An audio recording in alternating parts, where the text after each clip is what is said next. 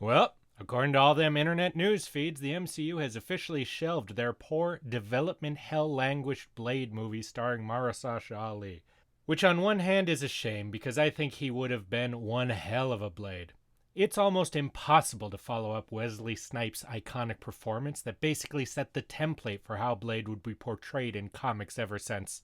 But on the other hand, with what we've heard leak out about what they were planning to do with the poor guy, we may have dodged a bullet. You'd think a Blade movie would be the easiest thing in the world to write. There's some vampires. They're doing vampire shit, and boom, in walks Blade, being a badass, and he kills vampires for an hour and a half. Yeah. I would buy that for $1. Hell, they wouldn't even have to do anything too original. Just rip off the plot of Die Hard or Terminator or some other action movie and shove vampires in it. Vampires have taken over a building, and only Blade can hunt them down before the sun comes up and they escape. A vampire is hunting down the next Messiah or something, and only Blade can keep them safe from this indestructible vampire lord or some shit. There's literally a million routes they could go that would feel at least halfway interesting. Well, let's take a look at what they were planning. Let's see. So he had an uncredited appearance as the mysterious voice talking to Black Knight in Eternals as he looked at the ebony blade in post-credits. What? That was Blade? How would I know that? Why would I know that? Who's Black Knight, you're asking? That was Kit Harington, but you probably didn't even remember. Why? Did they think that because it's called the frickin' ebony blade that it meant that they needed... never mind. So, they had some kind of plan for Black Knight and Blade to team up, which implies some kind of tedious shove characters who have very little to do with each other into the movie and hope some of them stick, a la, the Marvels or Thunderbolts Asterisk. Did anyone want a Blade ensemble film where he's not just fighting vampires, but zipping around the world, fighting Chitauri or whatever? No thanks, that sounds awful. Not everything needs to be a frickin' mini Avengers or Guardians. We dodged a bullet there for sure. Then, of course, there's the completely unverified yet depressingly likely leaks of some kind of, convoluted multi-decade story jumping back and forth time periods like Hellraiser 3 about Blade and 5 other characters, including Elsa Bloodstone and Blade's cool kid daughter doing a bunch of weird nonsense that isn't just, Blade walking in and fighting vampires.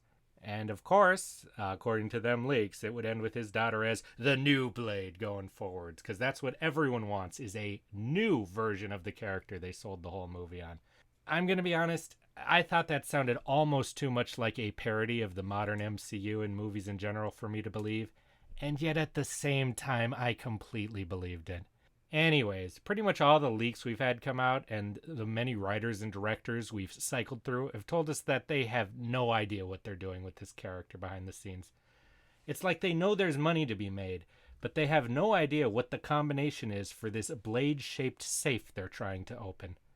And throughout all this chaos and incompetence behind the scenes, in walks Deadpool and Wolverine like the belle of the ball, and Wesley fucking Snipes just strolls into the movie out of fucking nowhere. Damn, did that get a big pop in my theater. No one saw it coming, and everyone still remembers him after the character, even though that movie came out quite a while ago. Deadpool and Wolverine was such a celebration of the days when they'd just make a superhero movie and it'd simply be about, the frickin' character it's adapting and not some convoluted extraneous nonsense. Which is ironic since Deadpool and Wolverine was a bunch of convoluted multiversal nonsense, but they played it out in a straightforward way, so it worked. So what does this returning Wesley Snipes Blade do in the movie after all these years? Oh, it's very simple. He kicks fucking ass. He kills a bunch of dudes, talks all cool, some motherfuckers always trying to ice skate uphill, you know the drill. And audiences fucking loved it. It's all they wanted out of the character of Blade. I do not understand what the MCU was trying to do with the character, but Deadpool and Wolverine knew exactly what it was doing. Make Blade badass. So the second Deadpool and Wolverine crossed that billion-dollar threshold, a bunch of producers behind the scenes started having meetings about how well-received Wesley Snipes' return as Blade was, and how they needed to rethink the future of the character. No one wants a reboot anymore. I don't really know how many people were clamoring for it in the first place. The original movie is pretty damn close to perfect, and it really launched the modern era of comic movie adaptations. So we get a taste of Wesley Snipes in the role again, and he hasn't lost a step. And they're gonna follow that up with some new younger Blade, played by a very talented actor, but one most people don't even know. Yeah, no fucking way. They'd be stupid, even by modern MCU standards, to go that route. They axed that shit as soon as they could, and I guarantee they brought a truckload of money to Wesley Snipes' house, begging him to come back for one last ride in Secret Wars. I'd wager they've also offered the same deals to any other classic beloved Marvel actors they can get their hands on now that they've realized the value of some of these classic guys.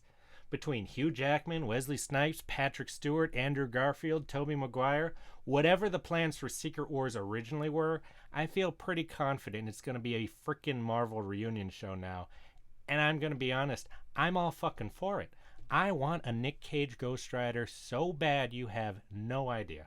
But it is a damn shame. Mahershala Ali would have kicked ass as Blade. I loved that guy in House of Cards, even though he was playing such a small character. I loved him in Luke Cage. He was just great. If Marvel had had their shit together, they'd have already released an awesome Blade movie with him years ago, and this Wesley Snipes cameo would have just been an awesome bonus. But now, he'd just feel like New Coke. And we all know how that shit goes whenever someone tries it. Alright, there's what I'm sure is today's 5 millionth Blade rant video as the news trickles in. Follow me and all that shit to get more thoughts on pop culture wins and losses from a guy who thinks about this stuff way too much to be healthy. Adios.